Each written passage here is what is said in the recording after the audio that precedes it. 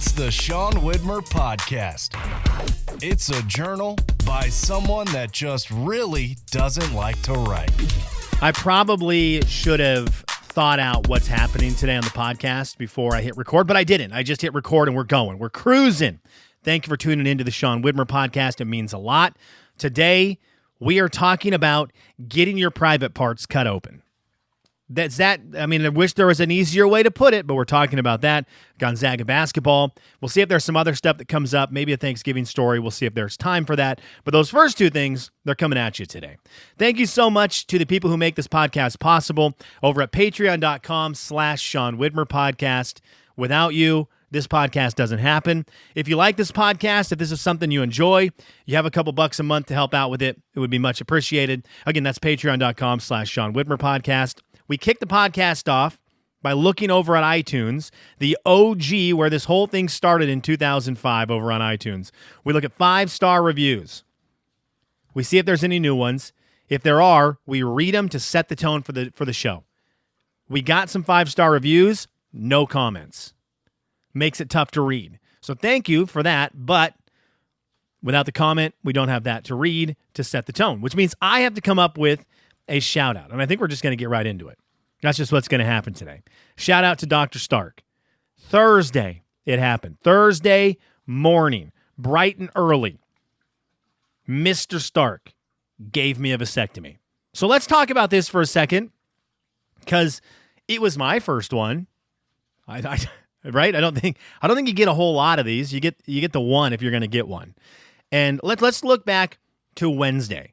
I've got 3 kids, which is why I found myself in the situation I found myself in Thursday. I'm not looking for number 4. If you were here at my house at all in the last 48 hours, we are good with 3. 3's plenty with the energy we bring to the table at the Widmer household. So we've got the 3 kids. They are awesome. And so Wednesday, or at the beginning of the week, I guess, we're trying to figure out more about what's going to happen. I'm kind of panicking, like, look, I haven't heard a whole lot from the doctor or the surgery center on what's going to go down here, and I'm kind of waiting to figure out what's going on. They hadn't told me a time yet for this procedure on Thursday. Turns out, they on Wednesday, the day before Wednesday, they go through everyone who's going to be getting any kind of operation from this guy, and they dole out times starting at 6 o'clock and going all day. And you don't find out until like this lottery on Wednesday. Do you know what's really hard to do? Schedule your life with 3 kids when you have less than 24 hours. But at 9 o'clock, 9:30 on Wednesday, I get the call, hey, this is the doctor's office. We've got your time. You are 6 a.m. I heard that and I just thought, really? You're going to cut me there tomorrow. Why kick me there the day before? Doesn't seem to make sense, but that's what they decided to do. I've got 3 kids. I tell my wife, I go, look, they said 6. She goes, well, obviously I can't take you to the doctor. And because of how we'll get into that. Because of how I'm getting the procedure done, I needed someone to drop me off, hang out there, and drive me home. Okay? And I know all the guys listening right now are going to be like, buck up and be a man. We'll talk about that in a second.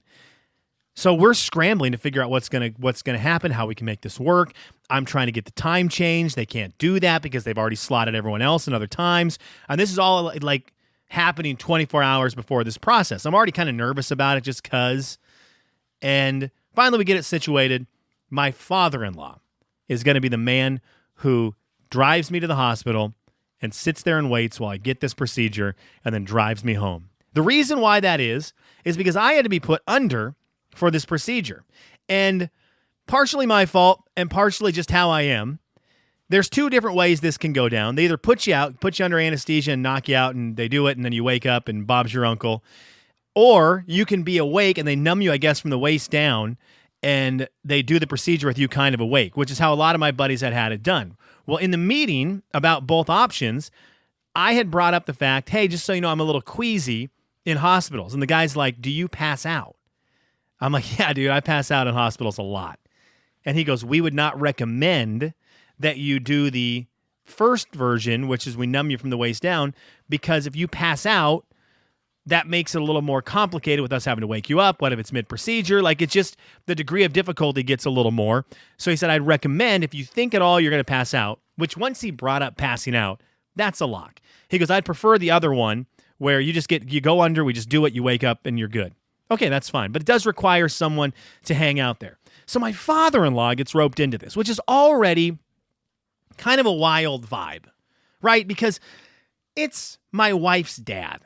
And so the whole reason this is happening is just kind of weird to think about when you're thinking about your wife's dad. It's just not where I want my headspace to be for all of this. But he was great, and he helped out with it, and he came and dropped me off and sat there while it was happening, and then actually took me back to his house, which was even weirder. The doctor's like, you need to rest when you get back, when you're done with this. Like, rest, don't lift heavy things. My kids are jumpers. They love jumping on me. I love it. I've started this. We know this is going to be something that doesn't need to happen right now. So my wife was like, why don't you just go to my mom and dad's, camp there for the first day, and just be alone? I said, that sounds great. So anyways, none of that really matters to what I want to talk about with this, which is the actual procedure. So I'm kind of nervous about it. I don't know what to expect. And sure enough, you go in and they cart you back and they get you all hooked up to all the machinery and everything. And sorry, it might not seem herky-jerky. That's a weird transition you just heard. My recording just stopped. So I'm going to try to get back in the swing of things. What I was saying is they take you to the hospital, they get you all hooked up to all the machinery, and I'm kind of in a nervous spot, but I'm feeling okay because I know I've got one thing in the bag with this. And there's a lot of nurses coming through, and I know the doctor's coming through. There's a guy with anesthesia coming through. And through all of this, I think in my head, well, I am prepared to talk to people. Because I think I'm not a hilarious person. I'm not a super funny guy. I've got friends who are very funny. I'm not a funny guy. I always wished I was funnier than I was, but that's not my thing.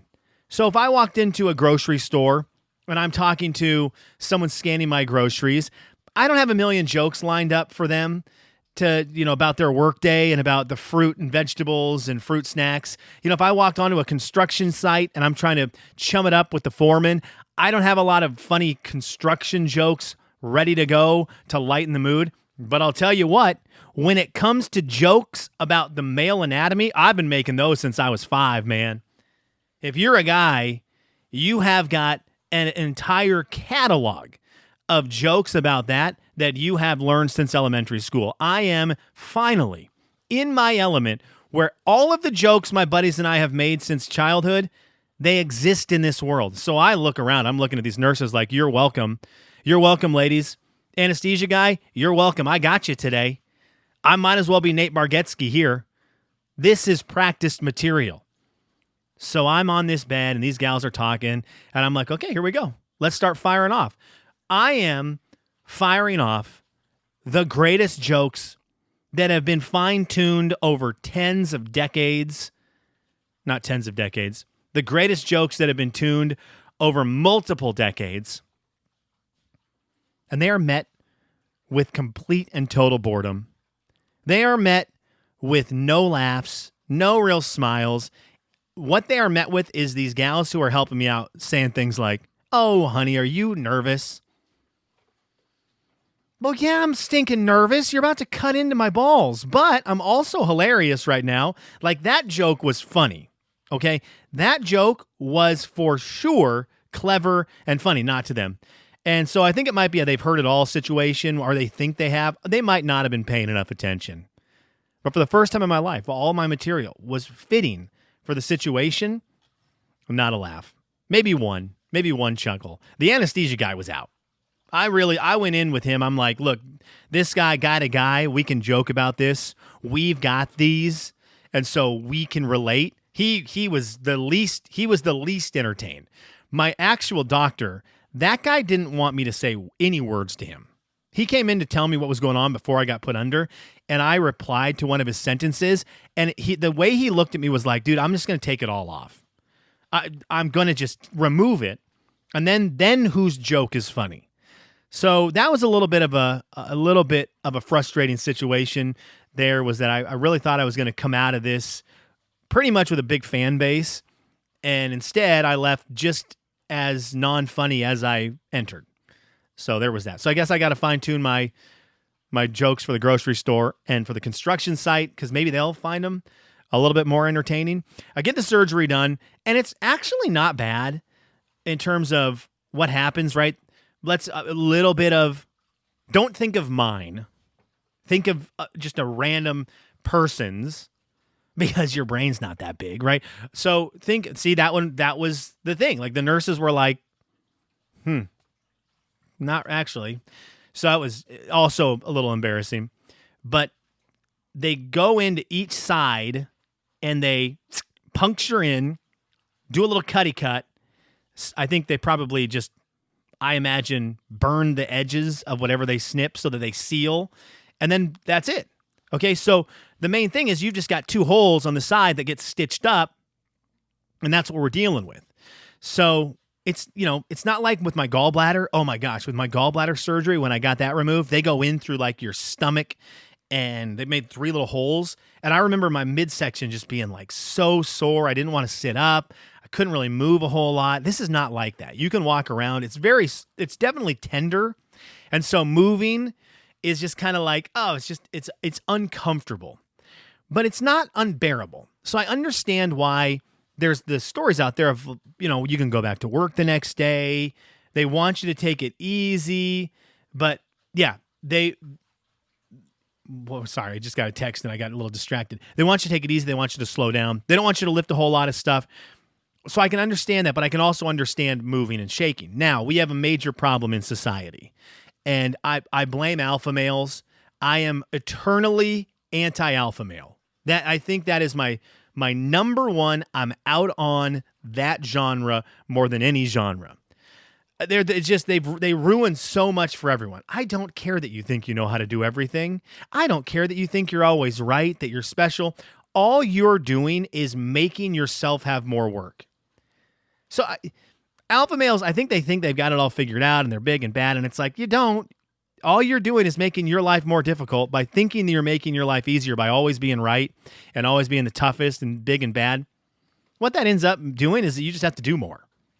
So there's a group, I think, of alpha males who have been very vocal in I don't know if they're on TikTok. I'm assuming that's where my wife and the wives see these. But there's this perception now of, well, I got my vasectomy and I was playing 5-on-5 basketball later that afternoon. Well, I got my vasectomy and I went straight to work and I made a $1 million sale. Well, I got my vasectomy and then I gave another guy a vasectomy immediately after while I was doing a handstand. Like all these guys who are bragging about all the things they did right after their vasectomy. You stupid idiots. You ruin it for everyone. Because you know what we all want to do? The normal guys? We want a reason to sit in our butts for 48 hours, like the doctor said, and not do a whole lot because it is kind of sore. And I also don't want to mess up the thing that just happened to me. I don't want to do that. And so my wife was really good about it, but there was a couple things she's like, well, my sister saw Jed or whatever this dummy's name is. She saw Jed coaching basketball the next day. Okay, Jed, thanks a lot, dude. What are you doing? Late, just sit down for 48 hours, bro. No one's impressed you coached a little kid's basketball game. Sit down. Well, your brother-in-law, Chris, worked out that day. Hey, Chris, stop it. Stop it. Congratulations that you're big and strong. Because of you, there's a little bit of thought in all these gals' brains of, well, my husband doesn't need 48 hours. Now, my wife was good about it.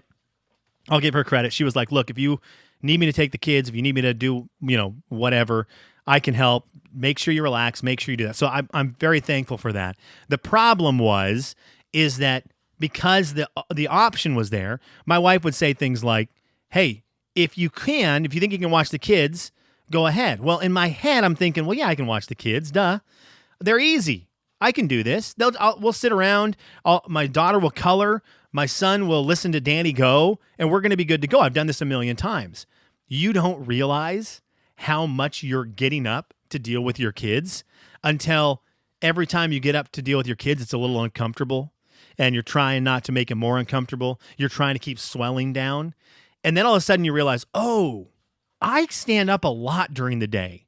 I just never thought about it because I didn't have any kind of pain standing up. And that Friday, I thought, I made a bad choice. But it was great. Overall, it went well. The recovery is not terrible. The worst part of it was my baby, Woods, carrying him around. That eventually got to the point where last night, Saturday night, I was ready to sit down and sit on an ice pack and be completely still for a couple hours. Okay, so there you go. I don't know. Was that helpful at all? I don't think so. It's not that bad. There shouldn't be any guys out there who are super duper complaining about it. I will be on the side of actually just rest for 48 hours. Don't do anything. Just sit there. Watch YouTube. Watch sports. Really just sit there. Don't be a Jed. Don't be a Chris. You don't need to prove anything to anyone. Just sit and relax, man. Like we all should do. And like any human being should do after surgery. I don't care if you're young, old, man, woman. I don't care what it is. When you get surgery, just take it easy for a while. And if you're married or you have a partner, make them do some stuff. My wife was ready to do it. I just was kind of stubborn in saying no because I'm stubborn. I wish I was an alpha so I could make fun of that. I'm not. I'm just stubborn. Anyways, we're recovering. You're welcome for that. That's 16 minutes of me talking about that. I wanted to talk about it for 5. Okay, Kelly's What Are You Into? College basketball. Let's get into it, everyone. It is Gonzaga basketball season, and last night, Zags took on the Wildcats, the Kentucky Wildcats. Third game in this home and home. What is it? 5-year home and home. Third game in this. Gonzaga had won 2 years ago in Spokane at the arena. Then last year they beat Kentucky in Rupp Arena. And this year they played in Seattle at Climate Pledge Arena. Next year is supposed to be in Nashville. The year after that is supposed to be in the Kennel. Gonzaga loses in overtime 90-89. 90-89, Gonzaga loses. They were up by 16 at halftime, 50-34. And then they came out in the second half, and 2 different things happened. One, Gonzaga dropped a gigantic turd all over the court, shooting 0 for 9 from 3 in the second half. 0 for 9! What? How? 0 for 9 from 3 in the second half. 7 of 12 from the free throw line in the second half. That is good for 0% from 3, 58% from the free throw line. And Kentucky, meanwhile, comes out with a great game plan. And Andrew Carr is ridiculously good and can do whatever he wants. Jackson Robinson comes out. He becomes a superstar overnight. He's really good. And these 2 guys carry Kentucky to a win. So what happened? What do I take away from this game? A couple things that I want to take away. Let's start on the Kentucky side. Mark Pope is a really good pope. Mark Pope would be a great pope. Mark Pope is a really good coach. And I think we all knew this. And if you watched Kentucky this year, you kind of saw a difference between this year's team and the teams Calipari coached. Mark Pope coaches. And the first half, his team did not look great, and Gonzaga looked wonderful, and Ryan Nembhard was doing what he wanted. And they went into the locker room, Kentucky did at halftime. And when they came out with new looks. And they focused on what had hurt them, which was kind of this Nembhard high screen and roll. And they played a zone, and they tried to take that away. And it really affected Gonzaga's offense. And unfortunately, and I love Mark Few, but I don't know that he adjusted to the adjustment. And so that was a little bit of Mark Pope sort of taking this game into his own hand in the second half. And I'm sure there was things said at timeouts that I'm not all the way aware of that Coach Few was trying to make adjustments. But from what it looked like is that Mark Pope was out adjusting the Gonzaga coaching staff. And that's not the big issue, but that I want to give a little bit of credit to Mark Pope for that and the coach for the Wildcats, because I thought that was very impressive. But the well went dry for Gonzaga, and they didn't know what to do. And it was that terrible thing where you have got elite level players on Kentucky, where maybe not elite, but very high level players, right? Andrew Carr and Jackson Robinson, high-level college basketball players, and they smelt blood in the water. And they were sharks. They smelt it, and they just went at it. And it fueled their game. And you see this a lot in sports. When a team starts to crumble, there are players on the other team who that is their moment, and they know it. And I can kind of relate to this where when you see a player start to get in their own head, there's nothing better in my world than to get right in there and just continue to break that down and make big plays, play a little harder, go at them and frustrate them and just watch them deflate. And it happened to Gonzaga. I mean, it was 0 for 9 from 3, right? They couldn't make a shot.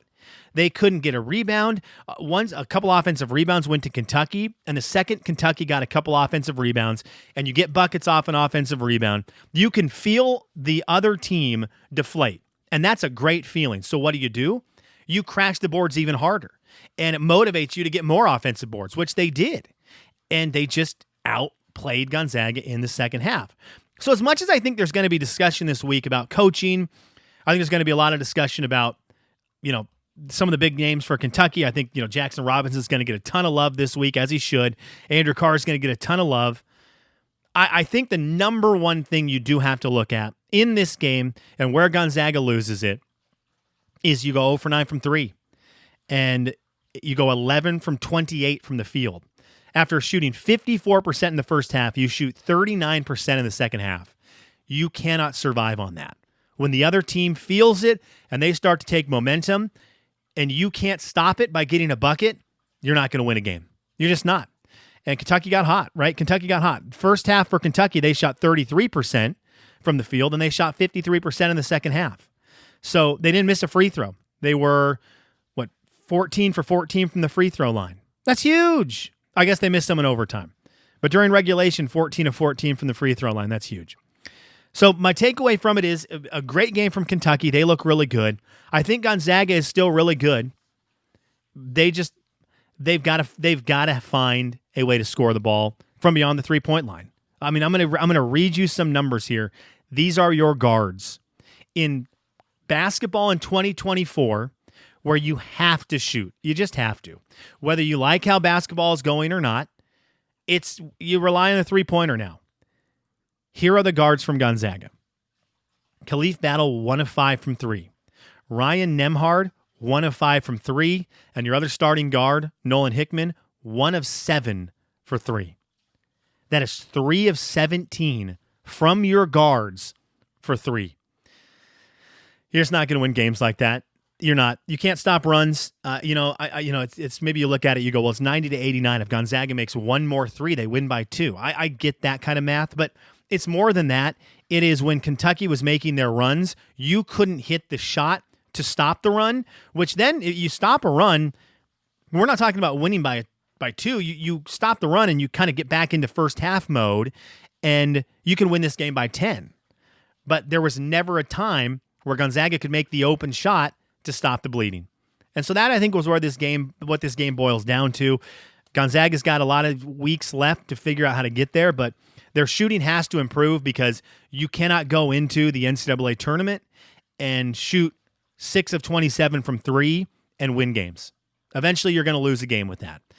That's a big storyline throughout all NCAA tournament history. Teams get hot shooting threes, and I mean, look at if you're Kentucky, look at Jack Golke last year, right? He hit 1,000,000 threes against Kentucky and beats them because when you get hot from 3, it changes games. You have to have it in the tournament, especially in the way basketball is now. Okay, that's enough. I've been saying the same thing over and over. Congratulations to the Wildcats. They get the win, right? There's not going to be a sweep in this series, and next year it's rolling into Nashville. I would put this memo out to Josh Cox, the Gonzaga coaching staff. I've been to 2 UK Gonzaga games, and Gonzaga's won both of them. I've missed one.